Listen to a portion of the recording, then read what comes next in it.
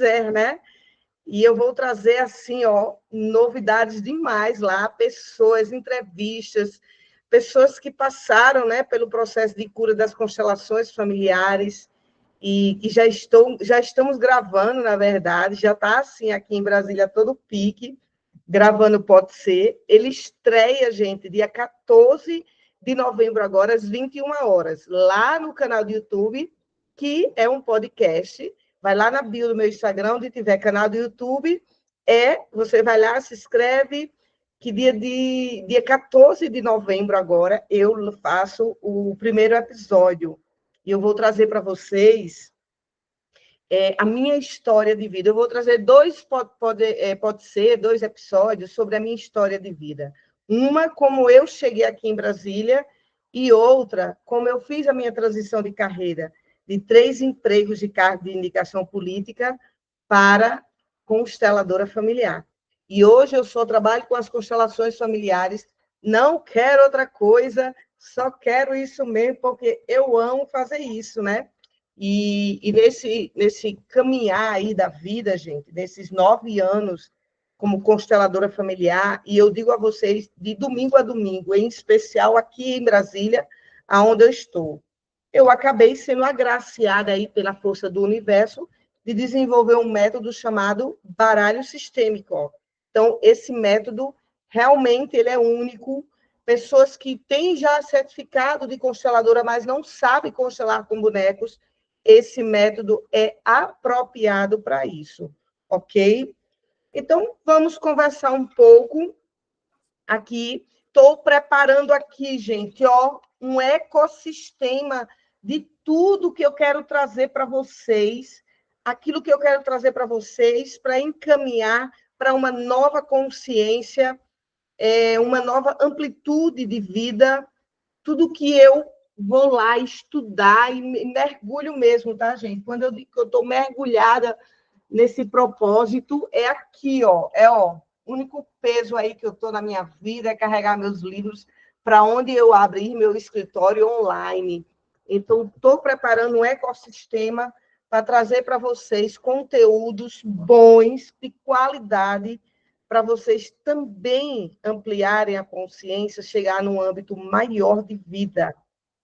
Só tem essa vida. Temos que fazer algo agora, é urgente. Não dá para a gente aguardar para depois, não dá. A gente tem que evoluir agora, porque esse é o momento, né? Esse é o momento da nossa vida. Então, vamos conversar um pouco aqui sobre as constelações familiares, né? Não é novidade aí, vocês sabem que eu sou consteladora familiar. E hoje, aqui na live fechada, eu vou trazer para vocês, gente, o movimento, vamos dizer assim, mais que básico das constelações familiares, que é as 3 leis do amor. Parece até, não, Eli, eu já escutei falar sobre isso, tal, mas olha, é sempre impressionante a gente escutar mais e mais, né, sobre as constelações, sobre determinados assuntos, e como é incrível como isso tudo amplia cada vez mais a nossa consciência. Então, vamos lá. Então, quem criou a constelação familiar foi um alemão chamado Bert Hellinger, né? E Hellinger, ele descobriu como se movimenta o amor nas relações humanas. Olha só isso, gente. Para se relacionar com qualquer pessoa, tem que ter amor, tem que ter ordem. Se não tiver ordem, não vai funcionar o amor. As relações vão truncar. Não adianta. Se você não der uma ordem, as relações que você vai vivenciar vai truncar, vai emaranhar, vai deixar, sim, situações onde você vai ter que, de alguma forma, voltar e ou criar padrões de comportamentos. Olha só isso que Bert Hellinger descobriu. O Bert descobriu que para se relacionar, para a gente se relacionar, relações amorosas, relações com mãe, com pai, com vizinho, com irmã, com o professor, com o chefe, com qualquer pessoa, com o porteiro do teu prédio, qualquer pessoa. Para a gente se relacionar, nós temos que ter uma ordem. A ordem antecede essas relações. E quais são as ordens que antecedem os relacionamentos? São 3 que Bert Helling descobriu essas ordens. A primeira ordem é a ordem do pertencer. A segunda ordem do dar e receber. E a terceira ordem da hierarquia. Eu vou trazer para vocês a teoria e exemplos práticos para vocês entenderem. Automaticamente vocês vão olhar aí para esses exemplos que eu vou trazer, e você vai dizer, nossa, Eli, é igual minha família. Igual, porque é impressionante. Então, quando Bert Helling viu que nas relações existe um tempero, existe um sal, o sal da vida, como parafraseando aqui Milton Nascimento, o sal da vida é o amor. É o amor, gente. O tempero das relações é o amor. Esse amor, você pode até não sentir algo assim pelaquela pessoa, mas quando você respeita uma pessoa, você também mostra um ato de amor, um ato de carinho. Então, Bert Helling descobriu que todos nós desejamos, ansiamos na nossa alma um desejo de amar e de sermos amados. Então, o primeiro movimento para uma boa relação é nós olharmos como está o movimento do amor. Gente, eu só consigo falar escrevendo. É coisa de professora mesmo, né? Eu sou teacher, sou professora, eu só consigo falar se eu desenhar. E para mim mesmo, é tipo a metodologia própria, né? Então, esse tempero do amor é o que vai fazer as relações engrenarem. É o óleo. Você sabe uma máquina, quando ela não está engrenando, que você vai lá e compra um pouquinho de óleo e coloca, e aí essa máquina fica mais leve, ela vai se movimentando, né? Então, o movimento das relações, para que as relações aconteçam, é o amor. E por que o amor ali? Porque nossa alma, vamos lá para a alma, tá? Nossa alma sabe. A gente sabe o que é ser amado e amar. A gente sabe. Nós temos uma memória sobre o amor. Por quê? Porque nós somos frutos do amor divino. Minha gente, Deus nos ama. Deus é Pai, né? Deus é Pai. Ele realmente nos ama. Tudo isso que ele planejou para a nossa vida aqui na Terra, nós estamos, sim, sendo muito bem cuidados por Deus, independente dos sofrimentos que passamos. Os sofrimentos é algo desse planeta, é daqui mesmo, e a gente topou essa viagem aqui com tudo que a gente vai passar, tá? Já tem um combinado aí, ó, bem antes da nossa existência, né? Então, a gente topou vir para cá. Uma vez que esse acordo foi firmado com a fonte de vida, com Deus, com o amor maior, como você queira chamar, uma vez que tudo isso foi firmado, você lembra na tua essência, na tua mais profunda essência, o que é o amor. Porque você sabe que Deus, a fonte de vida, ele permite você ser exatamente quem você é. E essa permissão é que te faz chegar aqui na Terra. É que te faz dizer assim, não, vamos lá, vamos abrir essa oportunidade aí para Maria, João, Elisângela, Pedro, Joaquim, chegar lá, né? Então, quando a gente chega na Terra, a gente chega a partir do útero da mãe da gente. Só há esse caminho. Então, há essa Elisângela agora que vocês veem aqui, só teve um caminho para eu chegar aqui na Terra. Foi a minha mãe e o meu pai. Se a minha mãe tivesse encontrado um outro homem para se relacionar, não seria essa imagem que vocês estão vendo de mim. Ou, se meu pai tivesse encontrado outra mulher, não seria essa imagem. Né? Até geneticamente falando, os irmãos são parecidos, mas não são iguais. Então, só há uma possibilidade de Elisângela, Maria, João, Pedro, Joaquim chegar na Terra através de um portal que Bert Hellinger chamou, né? Qual é o nome desse portal? Portal da nossa vida, os nossos pais. Certo? Então, vai lá, o homem e a mulher se encontraram e tiveram um filho. Eu estou falando aqui homem e mulher, gente, independente de opção sexual, tá? Porque nós sabemos, né, sem discriminar ninguém, mas nós sabemos que a concepção humana, até agora, né, a gente tem que dizer assim, com os avanços aí das coisas, até agora a concepção humana só é feita a partir de um homem e de uma mulher, né? Então, só é feito a partir desses dois sexos, né? O masculino e o feminino. Então, na hora que você chega, que você é concebido, a tua vida, no ventre da tua mãe, é gerada uma fonte muito imensa de energia vital. Então, nós somos um campo imenso, gente, no nosso corpo de energia vital.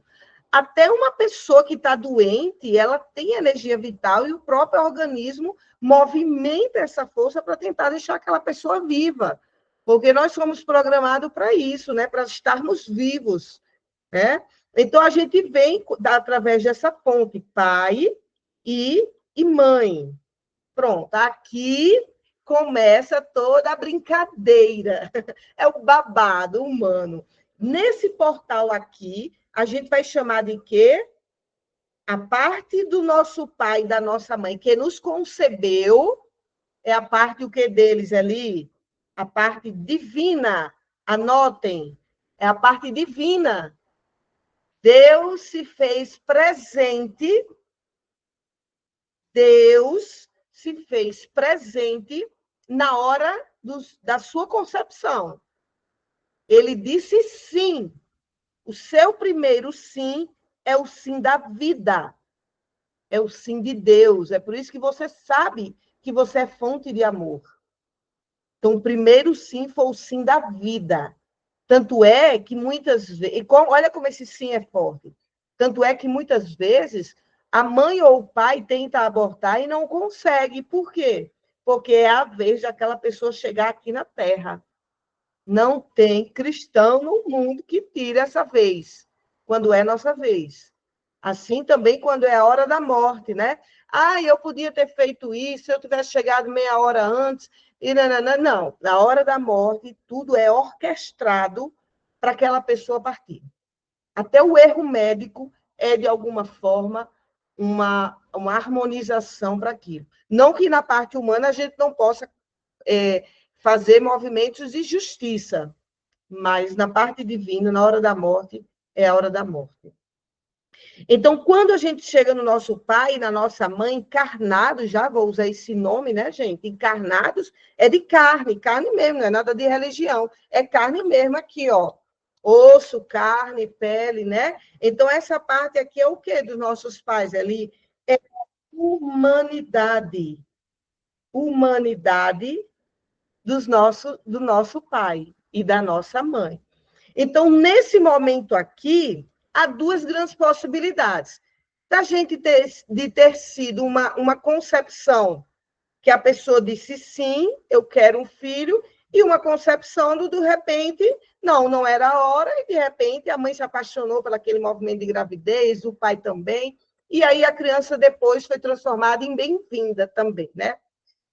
Então, quando a gente conhece a parte, o da humanidade dos nossos pais, é a parte que a mãe da gente vai sustentar a gente no ventre dela, é a parte que, quando a gente nasce, ela mostra a gente para o mundo, ela mostra a gente para o nosso pai, ela diz, olha, esse aqui é teu pai. Ou se esse homem não está presente, é um homem que é ausente, ela vai aos poucos, essa mãe, né, gente? Ela vai aos poucos trazendo essa ausência do pai. Essa ausência ela pode ser trazida com uma palavra que vai acalmar nosso ser ou agitar nosso ser. Porque se uma mãe diz assim, seu pai abandonou a gente, pronto, aí já está instalada a imagem de que homem abandona. Aí pode esperar que essa menina vai crescer e vai encontrar um que abandona o tempo todo, né? E ela pode dizer, não, seu pai fez uma coisa muito boa pela gente, ele fez você. No momento ele não está aqui, mas ele fez você. Isso eu sou muito grata a ele, porque é maior. A oportunidade de viver, aí de estar aqui na Terra é maior. É maior, gente. Não adianta. A gente pode, de repente, na humanidade da vida, a gente pode sim não ter tido pai, ou a mãe pegou e precisou nos dar, fez algum movimento, mas é maior a oportunidade de estar aqui na Terra. Dos seres humanos, eles precisam ancorar essa grande oportunidade de estar vivo agora. É a oportunidade que você vai se levantar e você vai dizer: hoje eu vou fazer algo inesperado para a minha vida. Algo inesperado, né? Para poder eu estar cada vez mais decidida à minha própria felicidade. Somos apenas nós responsáveis pela nossa felicidade, viu, gente? Não adianta. Não adianta. Somos nós. Então, vamos lá. Eu vou abrindo brechas aqui nas conversas, né? Que eu vou lembrando de situações. Então, quando a gente chega nessa humanidade dos nossos pais, é aí onde Bert Helling traz toda a teoria dele, as 3 leis do amor. Porque a gente vai começar a entender o que é relacionamento a partir do nosso pai e da nossa mãe. Então, anote aí, quem estiver escrevendo, né? Anota aí, na humanidade dos nossos pais, nós conhecemos pela primeira vez os relacionamentos. Relacionamentos. Certo? A gente encontra pela primeira vez os relacionamentos, né? Então, quando isso acontece, a primeira relação que nós temos, que a gente conhece, é a relação com a nossa mãe. A mãe é a mãe, viu? Mãe é mãe, pai é pai. Mãe é mãe, pai é pai, gente. Então, a primeira relação que a gente conhece é com a nossa mãe. Só que com ela é algo assim surreal. Porque você não vem conhecer sua mãe quando você nasce, não. Você vai conhecer sua mãe na vida intrauterina. Você se tornou um ser só com ela. Você morou no ventre dela. Ela te alimentou pela primeira vez lá na barriguinha dela, através do cordão umbilical, não é? Ela lá no útero era aconchegante, era a luzinha certa, a escuridão certa, o alimento certo. Então, a relação intrauterina é uma relação simbiótica, inclusive, porque você vai começar a entender, depois que você sai desse ventre, que você é um ser diferenciado da sua mãe. Gente, acreditem, nós passamos muitas décadas para descobrir que nós somos diferentes dos nossos pais. Muitas, tá? Principalmente da nossa mãe. Então, a primeira relação que a gente vai ter é com a nossa mãe. E essa relação, para a constelação familiar, é a relação de que ali? É a relação que a gente conhece o quê? O amor. Ai, gente, o amor, né? O amor. A gente conhece, porque é a mãe. A mãe, gente, ela pode até... E olha que eu tenho experiência de tratar isso. A mãe, ela pode estar com problemas na gravidez, ela pode até, sabe, usar drogas, né? A gente tem experiência isso na família, de pessoas que adotaram filhos de mulheres prostitutas, e aí o filho estava lá envolto na barriga dessa mulher. Claro que pegou algumas coisas dos vícios dessa mulher de drogas, né? Mas estava protegido. Então, a vida intrauterina é extremamente divina, divina. Então, nós aprendemos o amor com a nossa mãe, independente do que ela vive aqui fora na gravidez, e que a gente ainda não sabe o que é o mundo aqui fora, mas a gente vive uma relação com a nossa mãe que a gente entende o que é proteção. Porque a gente tem a sensação de que ela está 24 horas, 9 meses, nos protegendo no ventre dela. Então, a gente já nasce sabendo o que é a sensação de amar e ser amado novamente através da vida intrauterina. Então, quando essa mulher ela leva a gente até o pai, né, dentro daquilo que eu falei para vocês, ou aquela relação de pai que ela diz que ele não presta, ou aquela relação que essa mulher vai dizer, esse é teu pai, e eu me alegro por você ter 50% dele e 50% meu. Porque aí Bert Helling diz que na relação com o nosso pai, nós vamos conhecer o quê? A força. A força. Então, tudo que vem para a nossa vida e fica é o nosso pai. Tudo que vem com facilidade é a nossa mãe, a nossa imagem da nossa mãe dentro da gente. Então, a gente vai conhecer o nosso pai só e somente só, ó, anotem, através, a gente só conhece o nosso pai através da nossa mãe. Não há outro caminho que o filho conheça o pai a não ser pela mãe.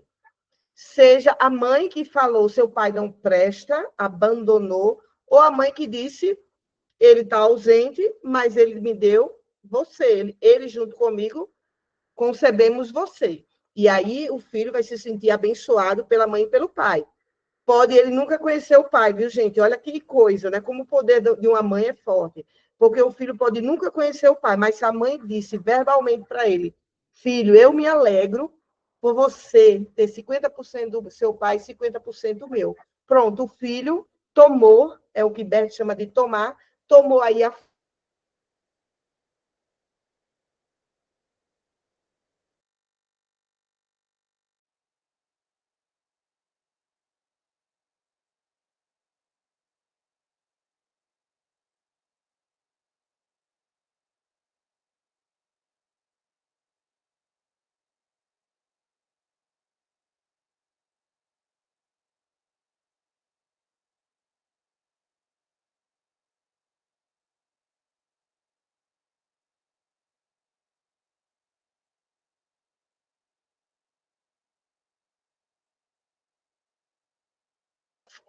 pena. Opa, estão me ouvindo? Voltou.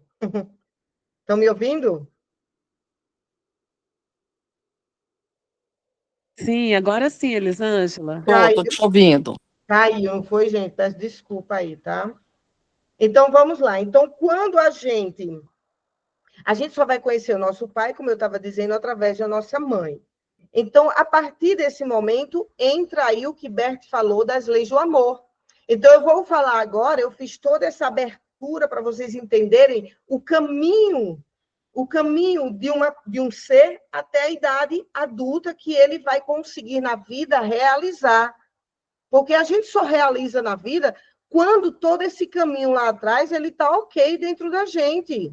A gente não realiza porque eu estudei em Harvard, eu tenho 3 diplomas, eu sou mestre, eu sou. Muita gente consegue com isso, mas eu estou aqui, ó, em consultório.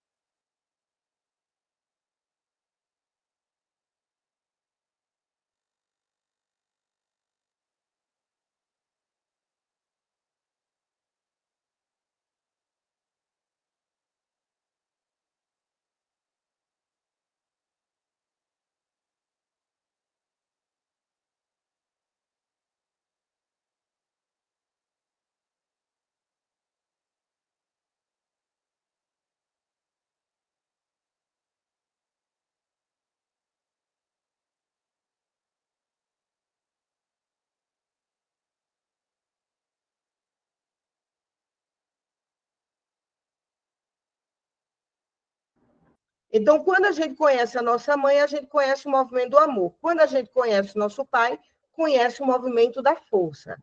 O adulto só realiza com leveza, porque realizar, nós vamos realizar coisas na vida, gente. Agora, às vezes, a gente pode realizar no esforço ou pode realizar na leveza. Ah, eu estou aqui na minha casa, de repente, meu telefone vai lá, um paciente marca, outro paciente marca, eu sou chamada para isso, eu sou chamada para aquilo. Então, quando está naquela engrenagem, aquela engrenagem é o quê? É a mãe e o pai dentro da gente. É quando a gente saiu de todos os julgamentos e condenações desse portal de vida. E a gente se fixou aonde? No que eles deram de maior à vida. Eu não estou dizendo, e as constelações não diz isso, que Elisângela, mas o meu pai realmente foi ausente, eu fui realmente abandonada. Beleza, você pode dizer, né? Através da sua ausência, eu não me abandono. Porque a gente vai aprender com nossos pais sempre alguma coisa. Não necessariamente é os nossos pais que vão nos criar. Olha que coisa, gente. Eles podem nos conceber, mas não necessariamente vão nos criar. É aqui, é disso, é dessa lei aqui da vida. Isso não é uma coisa extra, não. Não é, ai, meu Deus, eu sou adotada, eu sou extra. Não, não é extra, não. Não é extra, não, porque isso aqui é o movimento desse planeta, é isso mesmo. Algumas coisas que às vezes não dá certo, um pai ou outro não pode criar, e aí oferece, né, dá essa criança para um lar melhor, mais abundância, de uma coisa mais que vai garantir a felicidade dessa filha. Então, no fundo, os pais que oferecem os filhos para adoção, eles amam duplamente. Amam duplamente. É por isso que a pessoa que adota tem que dizer assim, olhar para essa criança e dizer muito obrigado, olhar para ela e imaginar os pais delas, biológicos, na frente, por trás dela, né? E você dizer muito obrigado, porque através de você eu pude chegar até a minha filha agora, ou meu filho, tá? Então, quando a gente percebe a nossa mãe com amor, e ela nos tem com amor, e também o nosso pai, acontece a primeira lei do amor. Qual é a primeira lei do amor? Pertencer. Então, quando Bert Helling viu isso, ele disse o seguinte, ó, todo mundo tem o direito de pertencer. Todo mundo. Nasceu naquela família, você tem o direito de pertencer. Se algum membro for excluído, uma geração seguinte vai pagar pela exclusão. Gente, tomem isso como certo. Igual 2 e 2 são 4. É matemático as leis do amor. Não se iludam que a pessoa com ego pode simplesmente dizer esse menino está fora dessa família porque é homossexual ou porque é isso ou aquilo outro, e aí exclui. Porque não casou com a mulher que eu queria, e aí eu não gosto desse filho, esse filho vai para lá. Entenderam? Não se iludam. As leis do amor, por mais que tenha sentimentos, né? A gente pensa que o amor ele é uma coisa que vai solta, sem lógica, mas não, o amor ele tem lógica. Ele é matemático, se brincar.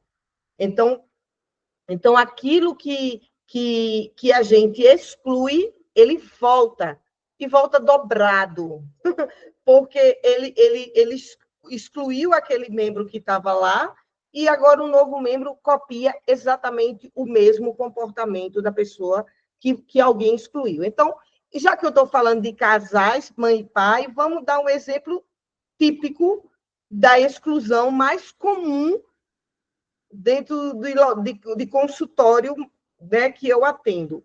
Qual a exclusão mais comum que existe dentro do consultório? A exclusão que existe é quando um pai, né, ele trai a mãe ou diz que não quer assumir essa criança e simplesmente vai embora, e a mãe, quando a criança nasce, a mãe diz que seu pai não é bom e não presta, que abandonou.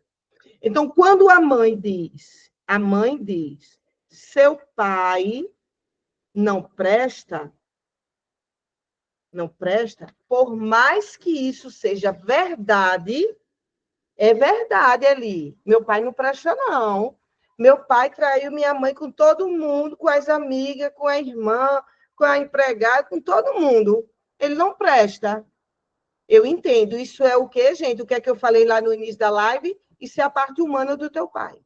Tem alguma dor sistêmica nele aí, que a parte humana dele levou ele a esse comportamento. A gente ainda por cima vai ter que entender as dores dos nossos pais em termos sistêmicos. Quando sua mãe diz que seu pai não presta, olha mesmo, venham comigo. Se eu tenho dentro com essa primeira relação que eu tenho na vida é com a minha mãe, tudo que minha mãe disser para mim, ó, e minha alma vai dizer sim, senhora. Então, quando a mãe diz seu pai não presta, o filho olha e não ousa ir contra a mãe. Ele fica dentro dele, olha, e ele vai atuar excluindo o pai também, certo? Então, quando ele exclui o pai, a alma dele começa, ô de casa, quem foi aqui que excluiu o portal de vida? Você chegou aqui na Terra só através da sua mãe? Foi, meu filho?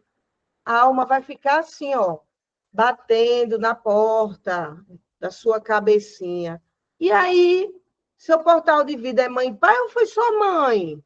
Então, quando a alma começa a movimentar essa dor, ela vai se deparar com a razão do que a mãe falou para o menino que o pai não presta, e ele viu aqui na razão que o pai não presta, só que ele precisa agradecer ao pai, agradecer a vida. Então, ele não vai conseguir bater dentro dele a gratidão pela vida e a ingratidão pelo que o pai fez na parte humana deles. Vai chocar isso daí dentro da criança.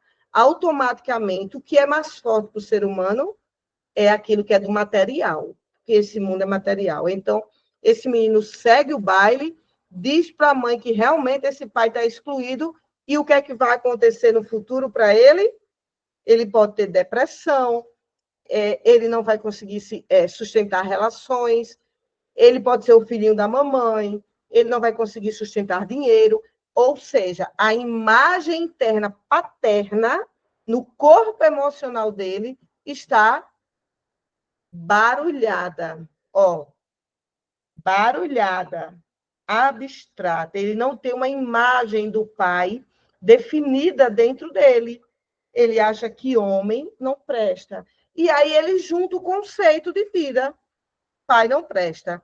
Aí o que é que acontece? Já que ele excluiu racionalmente na fala, no discurso narrativo dele, ele diz, meu pai não presta. Onde ele chega, ele diz que o pai não presta. Automaticamente, lá na alma, para ele poder agradecer a vida que ele teve também do pai, que foi 50% do pai e 50% da mãe, né? As mulheres podem morrer de raiva. Ah, não, meu filho é só meu, porque foi eu que guardei no meu ventre. Tudo bem. Mas para poder chegar lá no seu ventre, foi 50% daquele homem, 50% seu. Não adianta. Não adianta. Então, quando o filho exclui o pai, o que é que acontece? Simplesmente chega um momento que a alma dele está tão pesada da culpa de não honrar esse pai, que ele simplesmente faz o quê, Eli? Ele simplesmente copia o comportamento do pai. Então, se o pai é alcoólatra, ele vai se tornar alcoólatra. Se o pai é mulherengo, ele se torna mulherengo. Se o pai tem vícios, ele se torna viciado também. Se o pai fale, ele pode falir. Se o pai é triste, ele entra na tristeza. Ele copia o comportamento do pai. Quando ele copia o comportamento do pai, sabe o que a alma dele faz? Ah, que alívio. Honrei minha mãe, dizendo que meu pai não presta, e honrei meu pai, copiando o comportamento dele. Ele está aqui, então não está, gente, com a vida. Digam aí para mim. Está aqui, então não está? Está aqui, né? Está tudo bem. Ele pagou o que ele mais devia. O que é que a gente deve? A gente deve a nossa existência. Por isso que Bert disse que quando a gente recebe a vida, a gente também recebe a culpa. Porque é grande demais a oportunidade de estar aqui na Terra. É grande demais, é a grande oportunidade. Não importa se tem uma pessoa que está aqui na Terra doente, ainda assim, espiritualmente, ela está tendo a chance de evoluir em cima daquela dor. Então, a alma desse filho, ó, ficou aqui, diz, nossa, eu recebi uma vida, e aí paguei a minha mãe, concordando com ela, dizendo que meu pai não presta. E paguei a meu pai, pegando a dor dele e copiando o comportamento. Aí, sabe qual é o nó desse caldo? Como é que ele engrossa um pouquinho mais esse caldo das relações? A mãe olha para o menino e diz, vai lá, me Cristo, o menino é igual aquele traste que eu casei, que me abandonou. Gente, isso é mais comum do que vocês imaginam. A mãe olha isso nos sentimentos, no mais profundo dela. E aí a relação com esse filho, que até então era o amor, era o grande sentido da vida dele, blá, blá, blá, blá, blá, blá, blá, blá, blá, ela começa a ter guerra, a entrar em conflitos com esse filho, porque ela se identifica com o comportamento dele, o mesmo comportamento do ex. E aí o babado é grande, né? É consultório, é terapia, é procurar Eli Barbosa, porque o moído é grande. Ou seja, na hora que exclui um membro, que é a primeira lei do amor, na hora que você exclui um membro, volta para o sistema de outra forma, em outro descendente, em outra geração, mas vai voltar. Não adianta. Entenderam até aqui? Posso seguir, gente? Pode sim, maravilhosa aula. Obrigada, Ô, Elisângela. Carlinha, meu amor. Estou com saudade de você, Eu querida. também. É, tá certo. Que bom, né, que vocês estão gostando. Então, vamos seguir. Então, a segunda lei do amor é o quê? Dar e receber. Isso tudo é o básico das constelações, viu, gente? É o básico do básico. A próxima, na segunda-feira que vem, eu vou mandar, quando terminar aqui, eu vou colocar lá na comunidade de lives fechada, eu vou colocar o link da aula da segunda-feira que vem, que é uma aula imperdível. Eu vou falar sobre. Ai, chega, esqueci agora. Eu vou falar sobre com os padrões e repetições de comportamento. Obrigada, Ângela. Então, eu vou falar sobre as repetições de comportamento. Por que a gente repete comportamentos? Então, eu vou mandar o link para o pessoal da comunidade se inscrever, que eu só vou mandar o link da aula pelo e-mail, certo? Então, essa segunda, hoje é a lei as leis do amor, segunda que vem os padrões repetitivos de comportamento, e na outra segunda vai ser as três consciências. Eu quero dar essa base para vocês dos relacionamentos, para vocês entenderem como funciona aí na prática da vida de vocês, certo? Então, vamos lá, vamos seguir aqui. Então, a lei do dar e receber, ela diz o seguinte: nós recebemos o quê dos nossos pais? Que é de mais grandioso. Recebemos a vida. Isso daqui é tudo, gente. Por quê? Porque a gente tem que dizer que é tudo. Porque nós somos seres espirituais. A gente está humano. Isso daqui vai passar um dia. Esse corpo, essa casa que você monta, essas roupas que a gente compra, que é importante, mas vai passar. O que permanece é a nossa consciência. Um dia, quando as pessoas forem irem partindo, vai permanecer aqui na Terra. Ah, rapaz, olha o Jung, olha o que o Bert Helling fez, né? Então, permanece aqui para sempre, por isso que fala-se de eternidade, o que permanece na humanidade é a consciência. É por isso a importância da gente evoluir, ter autoconhecimento, porque só consegue caminhar mais nas emoções quem tem o autoconhecimento. Quem não tem, gente, vai parar. Sabe onde é que para uma pessoa que não tem autoconhecimento? Para na criança, dos 0 aos 7 anos de idade, que é a formação da nossa psique, a formação da nossa persona. A nossa persona é formada até os 7 anos de idade, é a base de que a gente entende quem é a mãe, quem é o pai, quem é todo mundo para a gente. Né? Depois disso, é só repetição de comportamentos. Só repetição de comportamento. Captem aí o que eu estou dizendo. Por isso que eu tenho a minha vivência da criança interior, porque eu resgato a dor principal dos 0 aos 7 anos na dinâmica que eu desenvolvi e trago isso para o processo de cura através das constelações familiares, né? E por falar nisso, dia 1º de dezembro, eu vou fazer a 11ª edição dessa vivência da criança interior aqui em Brasília, tá? Nas minhas redes sociais aí no Instagram tem valores, onde é que vai ser e tudo mais. Então, quando a gente recebe a vida dos nossos pais, a gente recebe o quê? Na hora que você recebe, recebeu a vida. Você recebe um sentimento que Bert também desenvolveu, que se chama a culpa. A culpa, caramba, que presentão é esse, mãe, né? Que presentão é esse, pai? Que vida maravilhosa aqui na Terra. Aí a gente recebe. Automaticamente, a gente vai entrar num sentimento de culpa.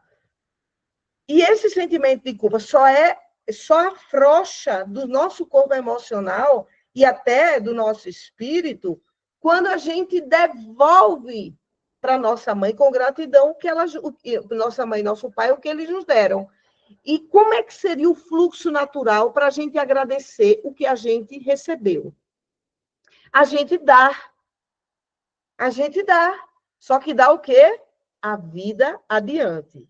Então, na hora que você recebe a vida, o fluxo natural seria o seguinte, ó, aqui é teu pai e tua mãe, e aqui é você. Você é menor do que o papai e mamãe. Por que é menor ali? Porque eles chegaram primeiro na vida. Então, eles têm mais o quê? Experiência. Aqui nessa vida é só para a gente viver experiência, gente. Somente. Então, eu me relacionei com um rapaz, ele me abandonou. Foi uma experiência. A minha mãe fez isso. Foi uma experiência. A minha amiga me pediu um livro e não devolveu. É uma experiência. Enquanto você não constrói uma amplitude de consciência através dos campos da experiência, seus padrões de comportamentos negativos se repetem. Então, às vezes a pessoa diz assim, Elisângela, tem algo de errado, porque eu já vou em 5 rapazes que me abandonam. Então, você não aprendeu, o universo está mandando de novo para ver se você aprende, menina. Abre os olhos, né? Então, seu pai aqui, sua mãe, você aqui. Qual é o movimento da vida? O fluxo que Berta entendeu. Você chegaria aqui, ó, não é aqui igual a eles. Não tem igualdade com pai e mãe. Isso significa que mãe não é amiga de filha. Não é. Pai não é amigo de filho. É pai. Amigo, gente, amigo topa fazer tudo. O certo e o errado, tá? O pai não, o pai vai dar limites. A mãe vai dar limites. Então, não adianta uma mãe chegar, filha, senta aqui para eu te contar. Menina, eu vi teu pai me traindo, porque, olha, eu não imaginei isso do seu pai. O seu pai fez isso comigo. Não adianta. Se você tratar a sua filha ou seu filho como amiguinho que vai contar seus problemas, quando o seu filho receber que o pai traiu, ele não vai entender que é aquele homem seu marido. É o meu pai que lhe traiu. Então, automaticamente, a alma do filho vai dizer, esse homem que lhe traiu, que é o meu pai, que você excluiu, eu também excluo. Tá? Então, não adianta. Então, ó, na hora que você vai agradecer a mãe, você tem que vir só até aqui e dizer, mamãe, muito obrigado pela vida. Papai, muito obrigado pela vida. O fluxo de você afrouxar esse peso é você vir para a vida e aqui você gerar vida. Por quê? Entenda, nós fomos enviados para a Terra para gerarmos vida. Deus, a fonte maior, a fonte do amor, a fonte da vida, precisa de seres humanos vivos para o plano deles. Porque eles lá, onde eles estejam, aqui, sei lá onde é que está essa parte mais material de Deus, né? Eles lá não têm o que a gente tem, energia vital. Eles têm outras fontes de energia, mas não a nossa. Então, Deus precisa de gente viva. E é por isso que na hora que sua mãe que Deus passa a bola da vida para tua mãe e para o teu pai, diz assim, ó, faz fulana, faz a Maria aqui, aí a Maria é concebida, para afrouxar esse presente, você passa a vida adiante. Ah, Eli, mas eu não tive filhos para poder passar a vida adiante. No teu trabalho, na tua profissão, na tua vocação de vida, você leva a vida. Então, às vezes, tem pessoas que não teve filhos ou filhas, mas ela tem um trabalho que ela gera vida, gera cura, gera... Nem que seja uma indústria, gente. Não é necessariamente processos de cura. Pode ser uma indústria farmacêutica, uma indústria de papel, mas quando você tem uma indústria de papel, você empregou 300 pessoas. Então, você está gerando vida, porque aquelas pessoas recebem o dinheiro é para alimentar e sustentar as famílias dela, então você está na fonte da vida, que fonte da vida é fonte da abundância. Então, esse seria o fluxo normal. E aqui, ó, aqui onde eu sustento outras formas de vida, eu sou grata pelo que eu recebi. Só que o que é que acontece? Qual é a desarmonia da lei do dar e receber? A desarmonia da lei do dar e receber é o seguinte: aqui é o pai e a mãe, aqui está a humanidade deles e a parte divina que nos concebeu. Quando a mãe, o filho chega aqui, que olha a cena humana, qual é a cena humana, gente? Pai traindo mãe, mãe traindo pai, pai doente, mãe doente, tristezas, depressões, falências, abortos, suicídios, assassinatos, tudo que vocês imaginarem de relações. Aí o filho olha e, que susto! Tem uma contração. E ele faz o quê? É impulsionado logo dentro dele assim, cara, olha, tu ganhou a vida desse homem e dessa mulher. Eles não estão bem. Reage. Aí, a única forma que o filho entende, porque ele não tem muita experiência de vida, não passou por muitas relações de bom e de ruim, como ele não tem, ele capta a dor e diz uma frase que é emblemática de Bert Helling: ele cresce, o filho, só que ele cresce como, gente, ele fica maior, só na emoção do que a mãe e o pai. E aqui, ele se sentindo maior, ele diz assim: mamãe e papai, já que vocês me deram a vida e vocês não estão bem, então deixa que eu morro por você. Eu vou falir por você. Eu vou adoecer, mamãe, por você. Eu vou morrer por você. Então, quando o filho vai agradecer a vida, que ele vê os pais em desequilíbrio nas relações, desequilíbrio na energia vital, automaticamente, pelo movimento do amor, de pertencer da primeira lei, nossa, agora eu pertenço a esse casal pertence a mim, a minha mãe e meu pai, então, se eles se sacrificaram para me ter, então eu também vou me sacrificar em alguma coisa. Porque o cérebro da gente, como é mecânico, ele vai logo para o negativo, tá, gente? O cérebro ele é bem para isso mesmo, porque ele está para defender a nossa vida, né, a nossa existência. Então, tudo que é de perigo, ele vai nos alertar, nos bloqueando para a gente não fazer, tá? Então, quando o filho olha, automaticamente ele diz: não, mãe, deixa que eu morro pela senhora, né? Não, mãe, deixa que eu adoeço, deixa que eu vou, já que a senhora foi traída e está na solidão, mamãe, deixa que eu fique na solidão com a senhora. Por quê? Porque ele sabe que foi muito grande o presente que ele ganhou, que foi a própria existência. E aí ele também, para se sacrificar, é 2 minutos. Ele se sacrifica rapidinho, rapidinho pela mãe. E isso leva ao quê? A uma coisa que o Bert Helling descobriu. Quando os filhos fazem esse movimento, é uma tentativa deles agradecer o que recebeu. Aqui, a gente chama na constelação que a pessoa se arrogou. Ela virou uma pessoa arrogante. Por que arrogante? Pelo processo de achar que pode ser mais do que a mãe e que o pai. A arrogância é um sentimento que, por algum motivo, vai ser bom, vai sustentar a pessoa naquele ego para dizer: eu vou tentar resolver pela minha mãe e pelo meu pai. Então, ele se arroga. E aí, gente, olha o que é que acontece. Ele, aqui, né, a família dele, ele não se arrogou aqui, não cresceu, ele vem para o mundo arrogante. Aí, lá no mundo, no trabalho, ele não vai saber lidar com hierarquias, porque ele se sente emocionalmente muito grande, porque ele tem experiências de tirar a mãe dele da tristeza, de ajudar o pai a reerguer, de ver as dores e ajudar as pessoas da família com dor. Então, ele vai criar um campo de experiência e de ajuda que ele vai ajudar apenas como um movimento inconsciente na sua alma de agradecer pelo que recebeu, a própria vida. Mas ele não está fazendo a verdadeira ordem da ajuda. E depois aí eu vou trazer mais assuntos sobre essas ordens da ajuda para vocês. Então, quando o filho faz isso, ele simplesmente, lá na vida, ele vai ter entraves imensos, porque ele está sempre querendo fazer primeiro, sempre querendo ajudar de forma atrapalhada, ele chega já na empresa e já tem alguém que faz determinado serviço, ele quer fazer melhor do que aquela pessoa, ele fica arrogante, fica muito grande, e aí ele vai se dar mal na vida adulta, porque lá na emoção dele, ele está imenso, gente, está gigante. E lá na vida real, ele ainda é pequeno, né? Ele ainda é pequeno perante a mãe, perante o pai, que ele precisou crescer de forma desordenada para poder dar conta, numa tentativa, dar conta da vida dos pais, numa tentativa de agradecer a própria existência. E aí ele vai para a vida todo truncado.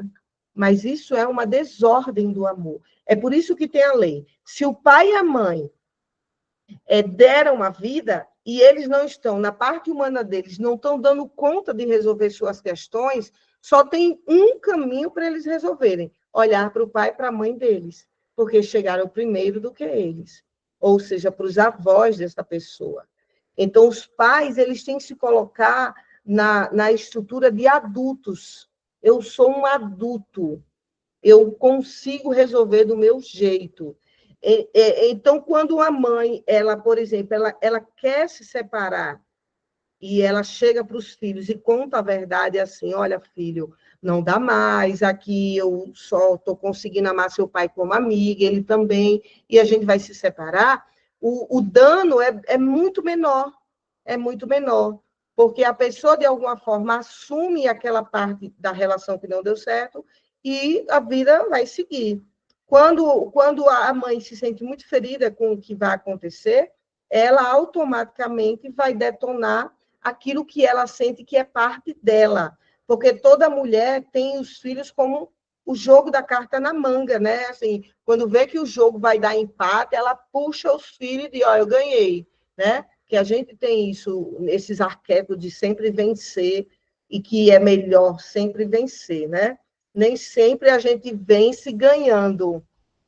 Olha que legal isso. Nem sempre a gente vence ganhando. Às vezes a gente vence perdendo.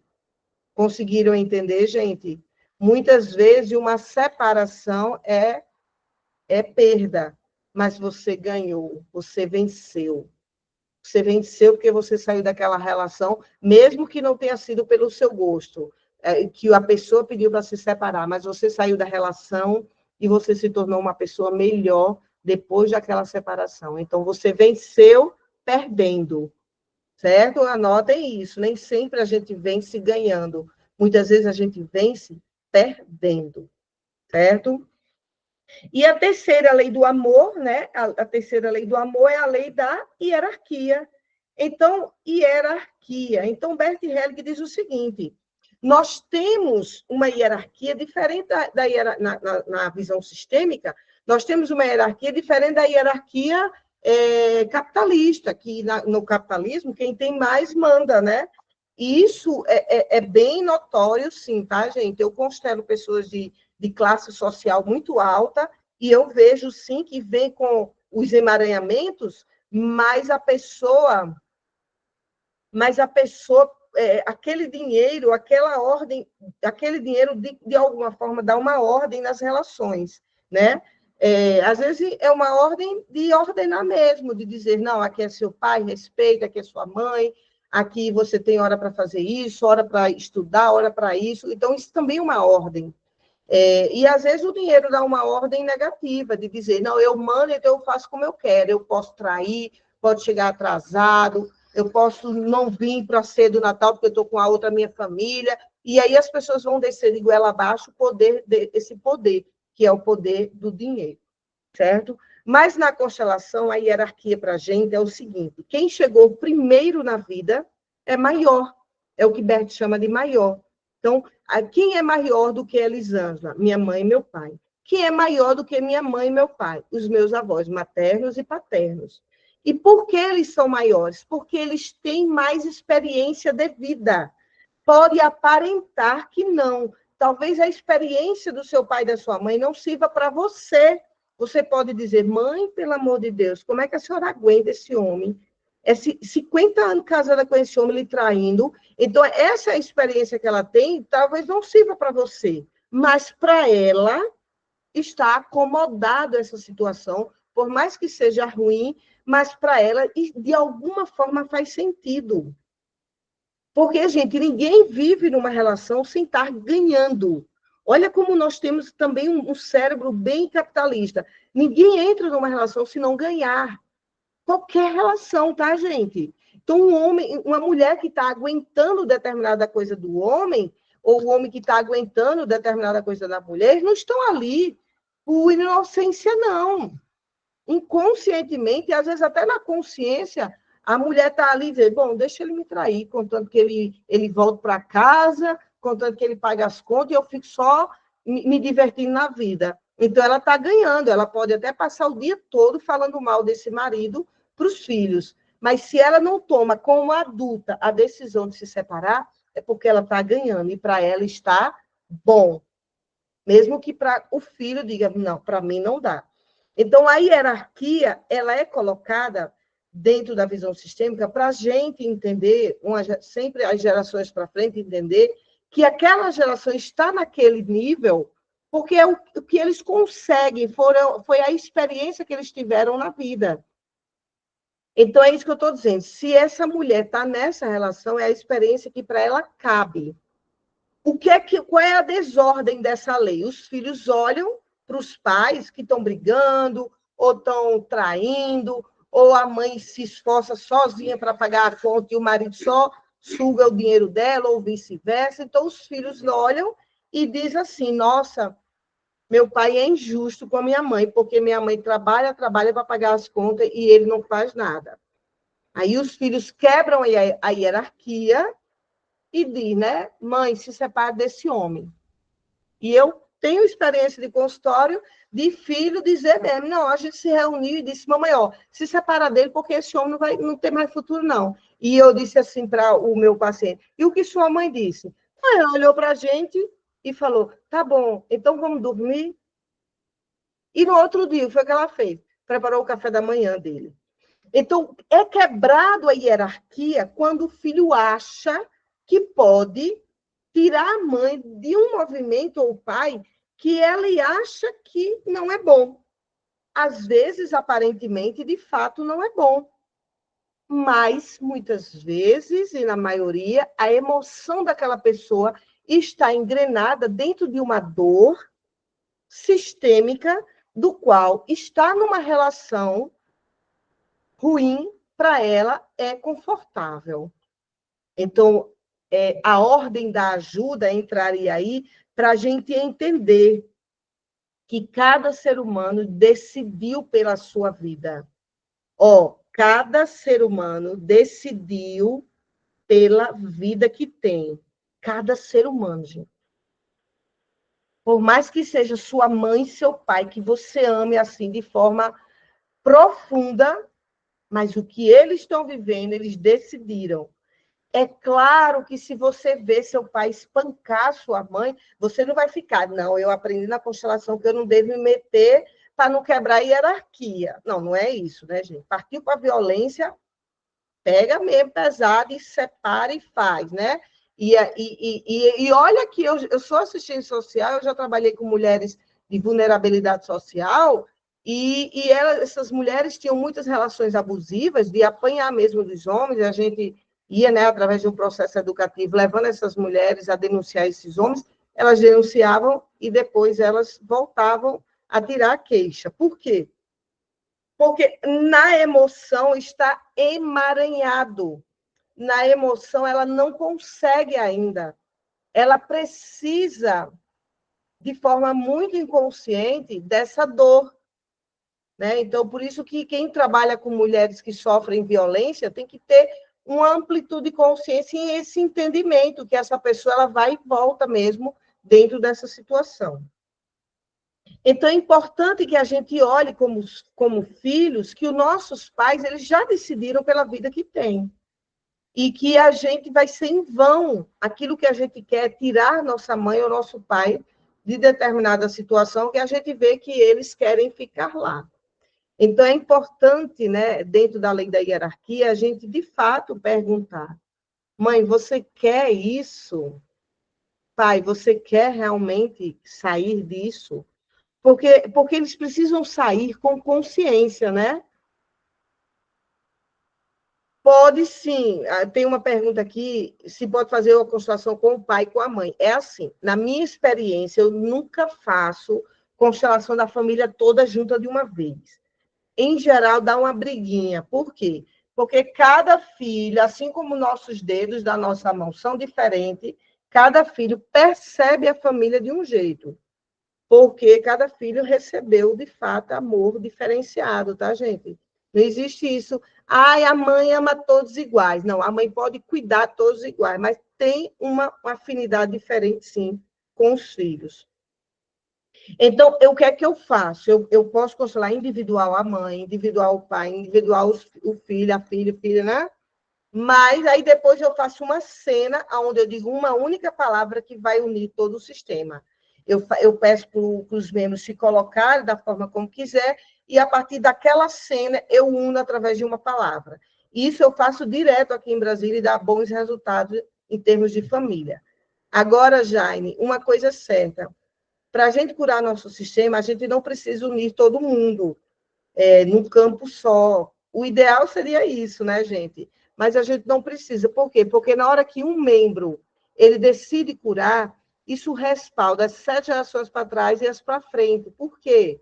Porque quando eu me curo e eu sou parte integrante de uma consciência única, que é a consciência da família, automaticamente minhas ideias, que é um campo de energia, vai chegar, né? Vai chegar nessa família. Nem que seja chegar pelo novo modelo de vida que eu vou tomar depois das constelações. Porque existe, de fato, antes e depois das constelações para todo mundo, tá, gente? Estou aqui, sim, puxando brasa para minha sardinha, sim, estou nem aí, né? Mas, de fato, existe. Seria como eu fazer movimento com ela? Pode, sim, daria sim para fazer, mas primeiro eu faço para uma e depois faço para outra, e daí junto. Então, de fato, passar por uma sessão de constelação familiar é algo transformador. A gente vai, sim, se tornar como uma borboleta, né? Antes a gente se arrastava lá e não conseguia voar. E eu sempre comparo o processo de constelação como o processo da largata que vira borboleta, gente. Porque, de fato, né, eu mesma, eu sempre dou esse testemunho, eu mesma era uma mulher submissa, uma mulher codependente emocional, uma mulher que não tinha forças, uma mulher sem força mesmo, tá? Que legal, querida. E está sendo assim, né? Essa borboleta, voa, voa, meu bem, voa que o mundo é teu. Então, quando eu conheci as constelações, eu fui transformando a minha consciência, ampliando, e eu fui entendendo o que eu sou na minha essência, no meu espírito, e fui limpando tudo aquilo que eu recebi de negativo do meu pai e da minha mãe, né? A ausência, a alienação parental, e eu fui limpando essa humanidade deles dentro de mim. Essa limpeza a gente tem que ser feita sem julgamento, sem condenações, e às vezes sim, botando uma raiva para fora, né? Que raiva eu tô de você, mamãe. Que raiva eu tenho de você dentro de mim. Então, às vezes, é necessário, eu faço o grito primal nas minhas sessões para tirar aquela raiva daquela pessoa, porque foi o que ela recebeu, é o que dói dentro dela. Mas eu quero deixar aqui, até para concluir, que é possível, sim, transformar a largata para borboleta. Porque eu sou, sim, essa borboleta também que voou. E agora o mundo é meu, gente. O mundo é meu. Cada um, como somos universos particular, cada um pode dizer aí no seu universo, o mundo é meu. E nós vamos nos encontrar, tá? Nós vamos nos encontrar aí voando, batendo asas, porque, de fato, agora não cabe mais ficar presa em um local submisso, um local codependente, um local que não nos deixa transbordar a nossa essência, nossos dons, nossa voz, né? Tudo isso que a gente traz, né? Eu vou falar, tudo isso que a gente traz como nossa verdade, né? Então, a gente precisa, sim, sair voando pelo mundo com a nossa essência. O grito primal que eu falei aqui para vocês é uma terapia que o Bert Helling mesmo ele usou para processos de cura pessoais. Eu já fiz aqui com várias pessoas. Eu levo a pessoa, quando está numa constelação que eu vejo que a dor é muito grande, eu levo ela para um determinado local e faço ela gritar um nome de alguém que eu veja que dentro da constelação está sendo um nome de bloqueio, que teve uma dor com aquele nome, com aquela pessoa, com aquela relação. Então, eu faço ela gritar. A pessoa que desenvolveu o grito primal se chama Arthur Janov. Então, eu já li esse livro em grupo, no meu clube do livro, e é um livro muito significativo, sim, tá? E eu aplico isso muitas vezes. Não é toda vez na constelação. Eu fiz agora, domingo, aqui em Brasília, a criança interior, uma vivência, e houve necessidade de um grito primal. E aí eu grito junto com a pessoa, né? A gente precisou gritar uma palavra lá difícil, mas precisamos gritar, que foi a palavra assassino. Então, eu fiz a pessoa gritar, assassino, assassino! E quando ela colocou aquela raiva para fora, veio um calor no corpo dela muito grande. Então, como nós somos psicossomatizados pelo nosso campo emocional, quando a gente grita algo que estava preso lá na nossa dor, a gente também libera isso do nosso corpo. Então, o Bert Helling, quando usou o grito primal, gente, foi porque o Bert, isso tem na autobiografia dele, o Bert, ele apanhou muito do pai dele, muito mesmo. Ele conta no livro dele que ele chegava em casa, ele tinha que pegar um cipózinho, ele mesmo tinha que pegar e dar na mão do pai, para o pai bater nele. E bateu todo santo dia. Era uma raiva que o pai tinha, que descontava essa raiva que colocou ele para fora, batendo nele. Então, olha a dor desse homem. Olha a dor desse homem que, através desse corpo que apanhou, ele se tornou um grande avatar, um grande mestre da terapia das constelações. Eu acho que todo mundo aqui já sabe, mas não, eu já faço. Eu faço vivência da criança online. Já fiz uma vez a vivência da criança online, mas eu fiz numa pós. Às vezes eu faço, quem sabe aí? Você me deu uma boa ideia de repetir esse movimento, quem sabe, né? Vamos ver. Mas a ideia é levar essa vivência da criança para várias cidades, para vários estados aí do Brasil, tá, gente? A ideia mesmo é essa. Porque realmente é surreal a vivência da criança interior que eu faço. Não é porque é minha, não é porque eu desenvolvi, não, mas é surreal, é transformadora. Ai, meu Deus, não me chama 2 vezes para Angra dos Reis, que eu já vou, mulher. Ó, faz um grupo aí de até 10 pessoas, que a primeira pessoa a pegar o avião para ir para Angra dos Reis sou eu, Jaime. Não faz isso comigo, que a minha mala já está aqui pronta, viu? Arranja aí 10 pessoas, um espaço que eu possa alugar top, que eu vou para Angra dos Reis fazer vivência da criança interior. E vou mesmo, viu, gente? Estou super disponível para ir, para me chamar, para curar, tá?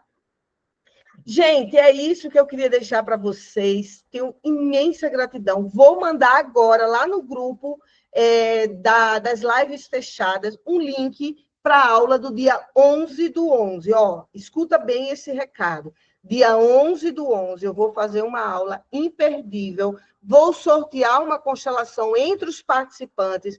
Você recebe vários bônus, né? Porto Alegre, Ângela, entre em contato aí comigo, Ângela, no direct, que eu vou para Porto Alegre também. Porto Alegre eu vou brincando geral. Vou mesmo. Grupo também, 10 pessoas que eu chego aí em Porto Alegre para a gente fazer uma vivência da criança interior e transformar aí a vida de vocês. Então, gente, voltando aqui, dia 11/11, eu vou fazer uma aula imperdível, uma aula online fechada, não vai ficar gravada no Instagram. Se quiser participar dessa aula, tem que me procurar para eu mandar o link para você se inscrever. Você vai receber no seu e-mail uma aula do dia 9/9, que eu já dei, outra aula do dia 10/10 que eu já dei. Você vai receber 5 videoaulas sobre constelação online. Você vai receber um e-book sobre o baralho sistêmico e tem um outro e-book também que é sobre palavra de vida, tá? Então, só recebe tudo isso no e-mail quem entrar e se inscrever na aula do dia 11/11, às 19h30. Qual o tema dessa aula do dia 11/11, Eli? Os padrões repetitivos de comportamento. Eu vou trazer dicas certas, dicas certeiras para você mudar o teu comportamento e você parar de repetir, atrair homens abusivos, aquela historinha lá do dedo podre, né? Que a gente só atrai homem que não fica, homem ou mulher que não fica. Esses padrões de falências, de abortos, de não sustentar a gravidez, entender tudo isso, como é que ele funciona no mecanismo cerebral. É cérebro. Se o cérebro é um palco, o cérebro da gente, olha, anota aí, o cérebro humano é apenas um palco.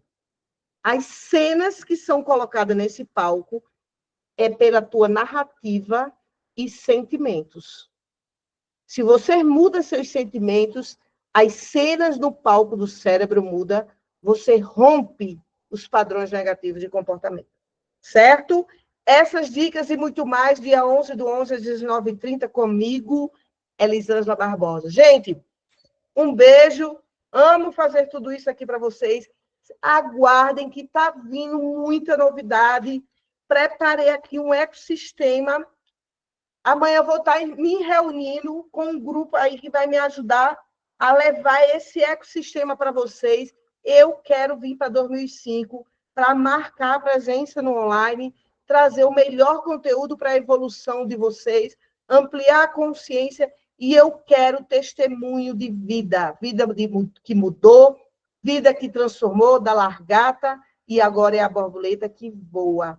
Certo? Então, a gente se encontra aí, seja no espaço voando ou em sala de aula online. Gente, um beijo imenso no coração de vocês. Fiquem com Deus e uma excelente noite.